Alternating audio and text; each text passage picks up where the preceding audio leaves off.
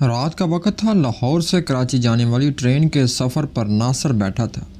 کھڑکی کے باہر اندھیرا اور کبھی کبھار بجلی کی کڑک۔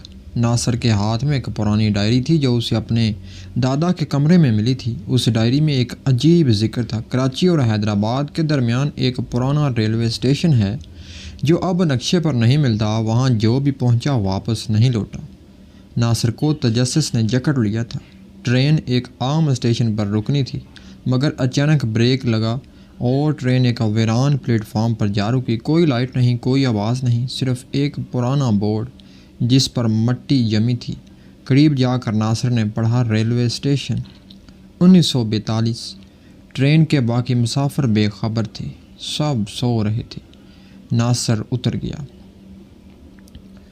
پلیٹ فارم پر قدم رکھتے ہی ٹھنڈی ہوا کے ساتھ ایک عجیب سی سرگوشی سنائی دی۔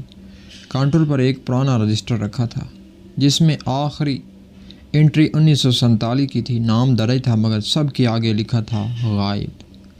ناصر کا دل زور سے دھڑکنے لگا۔ وہ واپس ٹرین پر جانا چاہتا تھا مگر ٹرین اچانک ہلکی سی سیٹی کے ساتھ غائب ہو چکی تھی۔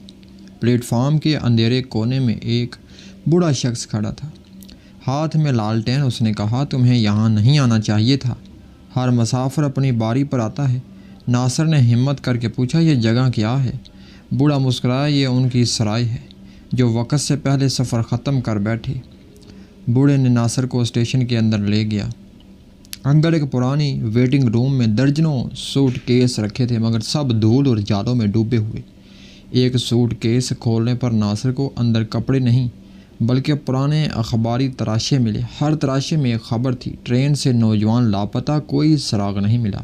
اچانک کمرہ بند ہو گیا، لالٹین کی روشنی بجھ گئی۔ دیواروں پر آہستہ آہستہ پرانی تصویریں ابھرنے لگی۔ ہر تصویر میں وہی لوگ تھے جو رجسٹر میں غائب درج تھے۔ ناصر نے ڈائری کو سختی سے پکڑا۔ ڈائری کے ایک صفحے پر لکھا تھا، اگر وقت کے جال میں پھنس جاؤ تو گھڑی کی سوئی کو الٹا گھما دو۔ کونے میں ایک پرانی گھڑی لگی تھی جس کی سوئیاں 12 بجے پر رکی ہوئی تھی۔ ناصر نے ہمت کر کے سوئیاں الٹی گھمائی۔ اچانک کمرے میں ایک دھماکہ ہوا اور وہ خود کو ایک ہجوم کے بیچ پایا۔ سب لوگ 1942 کے لباس میں تھے۔